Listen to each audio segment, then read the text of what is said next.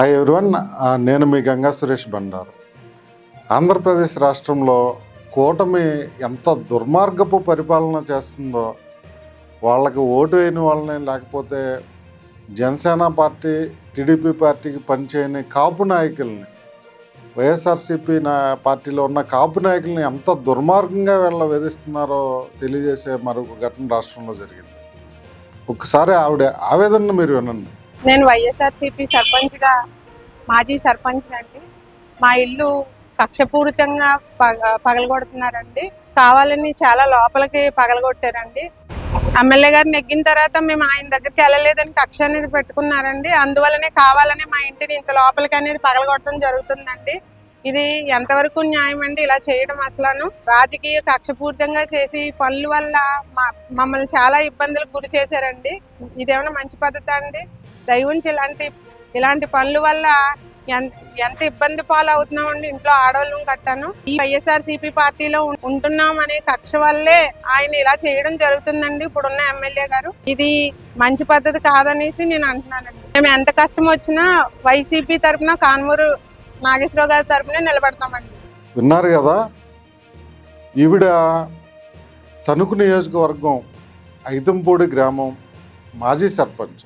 గత ఎన్నికల్లో వైఎస్ఆర్సీపీ నుంచి ఆ గ్రామ ప్రెసిడెంట్గా గెలిచారు. ఈవిడ పేరు లావణ్య.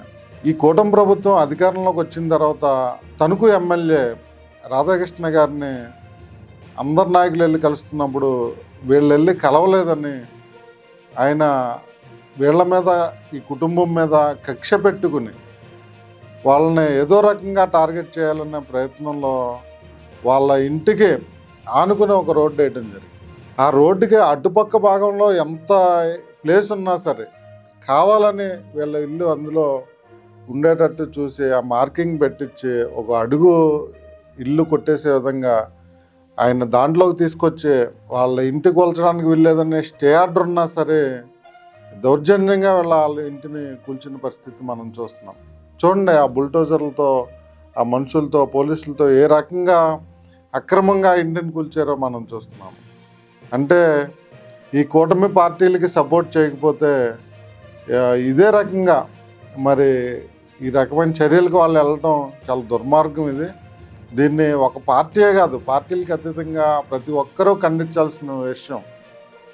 వీళ్ళు వైఎస్ఆర్సీపీ పార్టీ అభిమానులు, ముఖ్యంగా కాన్మూరు నాగేశ్వరరావు గారితో కలిసి వాళ్ళు రాజకీయ ప్రయాణం చేస్తున్నారు అక్కడ.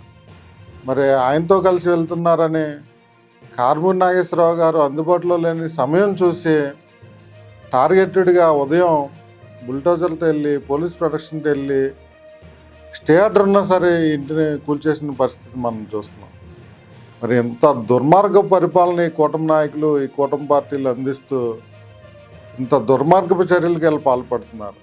ప్రతి ఒక్కరూ ఇది చూసి మరి మనం ఎలాంటి పార్టీలను ఎన్నుకుంటున్నాం, ఎలాంటి పార్టీల పరిపాలనలో మనం ఉన్నాం, ప్రతి ఒక్కరూ దీన్ని అర్థం చేసుకుంటారని, రాబోయే ఎన్నికల్లో వాళ్ళకి తగిన గుణపాఠం చెప్తారని నేను ఆశిస్తున్నాను.